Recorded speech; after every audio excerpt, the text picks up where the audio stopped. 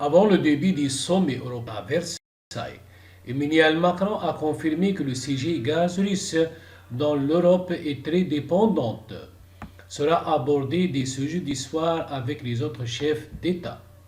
En pleine guerre de l'Ukraine, s'ouvre ce jeudi à Versailles un sommet européen rassemblant les dirigeants des 27 pays de l'Union européenne. Emmanuel Macron s'est exprimé juste avant le début de ce sommet. Il a notamment évoqué la question des gaz russes, dont l'Union européenne est très dépendante. Il y a la question de savoir si à un moment donné, la Russie va faire pression et utiliser l'arme du gaz.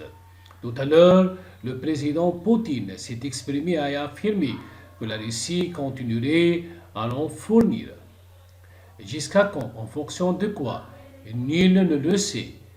Et c'est ça une dépendance, une vulnérabilité. Nous devons donc nous préparer à tous les scénarios, a prévenu le président de la République. Réduire puis supprimer les approvisionnements.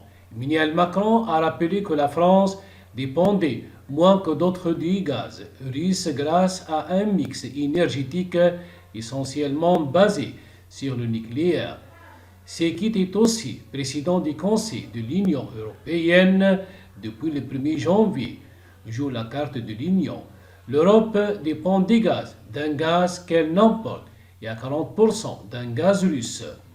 La stratégie que nous devons bâtir, qui fera l'objet de la discussion que nous allons avoir ce soir, c'est de savoir à quel rythme nous pouvons diminuer, réduire puis supprimer cette vulnérabilité.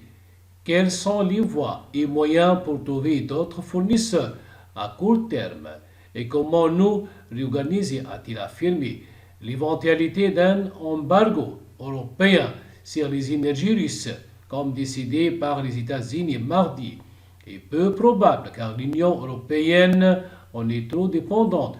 Reste à savoir sur le long terme quelles solutions seront trouvées par l'Europe.